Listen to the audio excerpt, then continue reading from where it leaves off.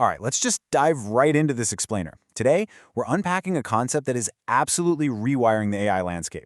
We're talking about how to actually connect these incredibly powerful large language models straight to your own proprietary data. If you've ever dealt with a customer service bot that actually almost magically knew your specific account details, well, you've already seen this exact technology in the wild. So here's our game plan for this explainer. We'll kick things off with the AI knowledge problem, then enter the retrieval system. Dig into vectors, embeddings, and databases, look at perfecting the RAG pipeline, and wrap up with real-world AI applications. Let's get into it. Section 1. The AI knowledge problem. Let's start by exposing a fundamental roadblock that literally every single enterprise developer hits when working with AI right now. Here's the crux of it. Language models are basically frozen in time. If you take an off-the-shelf model and ask it about your company's internal PTO rules, or say a product you just launched yesterday, it's going to draw a complete blank. It only knows what existed in its training data right up until they pulled the plug on its training. And this is exactly why we can't just copy-paste all our corporate data into a prompt every single time we ask a question. We're up against three massive hurdles here. First, the static training dates we just talked about. Second, knowledge drift, because things like stock prices and product specs change constantly. And third, scale limits. You physically cannot cram an entire corporate database into a model's strict, limited context window. It just won't fit. Section 2. Enter the retrieval system. This is where our hero steps in. It's the ultimate bridge between what the model natively knows and what you desperately need it to know. By using RAG, or Retrieval-Augmented Generation, we get to skip the incredibly slow, astronomically expensive process of retraining our models. Instead, we just update our database. We let the database do the heavy lifting of storing and looking up the information. And we let the AI do what it does best: reading, reasoning, and actually answering the user. It really is the perfect division of labor. Now, what's super fascinating here is that we're looking at the death of the exact match era. Old-school keyword search was so brittle, right? If you didn't type the exact right phrase, you got 0 results. But semantic search, it actually understands human intent. It inherently knows that PTO and vacation time mean the exact same thing, so it seamlessly matches your question with the right documents every single time. Section 3. Vectors, embeddings, and databases. Now, to understand how semantic search pulls off this magic trick, we got to look under the hood at the math. We're shifting from the messy world of human language straight into the world of numbers. Instead of reading words like you or I do, the system uses an embedding model to translate your query into a mathematical vector. Think of it as a super long list of numbers that captures the absolute core meaning of the text. This is a game changer because it allows the system to rapidly compare numbers behind the scenes, rather than trying to process complex natural language on the fly. So using a mathematical operation called cosine similarity, the system measures the angle between these text-turned numbers, and it is insanely fast.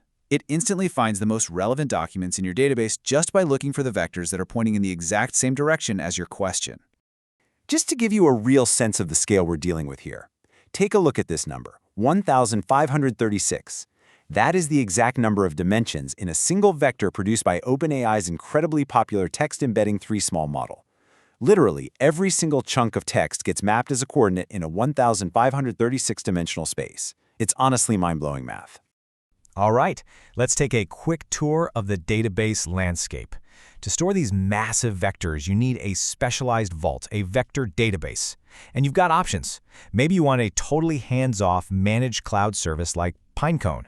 Or maybe you need an open-source absolute powerhouse built for massive scale like Milvus. Even if you just want something super lightweight for local development like Chroma, there is a tool specifically built to index and query millions of your vectors in milliseconds. Section 4. Perfecting the RAG pipeline.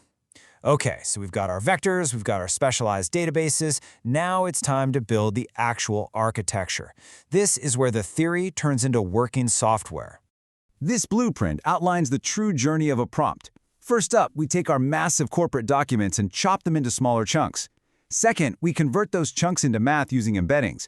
Third, we lock them away in our vector database. And finally, when an employee actually asks a question, we run the whole process in reverse. We embed their question, retrieve the matching math, convert it back into text, and hand it to the LLM to generate a perfectly grounded answer. Now, getting those chunk sizes right, it's a really delicate balancing act. Feed an AI text chunks that are way too big, and it gets overwhelmed and confused. But if they're too small, it totally loses the context. That's exactly why intelligent approaches, like semantic chunking, which smartly splits text at paragraph breaks, or sliding window chunking, which overlaps the text so nothing gets cut off, are absolutely crucial for a high-performing system. Which brings us to this highly fascinating quirk of AI. It turns out, much like human memory, if you hand an AI too much stuff to read all at once, it completely forgets the details buried in the middle. It remembers the start, it remembers the end, but the middle is just gone. And that's exactly why we rely on RAG to carefully filter and retrieve only the top 3 to 10 most relevant chunks for the AI to process. And this contrast really highlights how tightly you have to control the AI once you actually give it that context. Just look at the weak prompt. It's practically begging the AI to make things up. But look at the enterprise RAG prompt. It is incredibly strict and specific. Without careful prompt engineering like that, your AI might just go off the rails, hallucinate, and fall back on its general training data instead of relying on the secure, verified context you just handed it. Section 5. Real-world AI applications. Okay, let's look at how all this intense math and database architecture actually translates into tangible, real-world value across completely different industries. Just take a look at this list. We're talking about lawyers finding exact case precedents in mere seconds. We're talking about customer service bots instantly knowing your company's highly specific return policies. This tech is not just theoretical anymore. It is actively handling billions of queries as we speak. It is completely transforming how professionals across the board interact with vast, complex amounts of domain-specific knowledge. RAG elegantly solves the AI knowledge problem by giving these brilliant reasoning engines a flawless, up-to-the-minute memory bank. But the real question I want to leave you with today is this: how are you going to use this architecture to redefine your own enterprise? Think about the massive mountains of data your organization is sitting on right now, and just imagine what happens when you finally wake it up.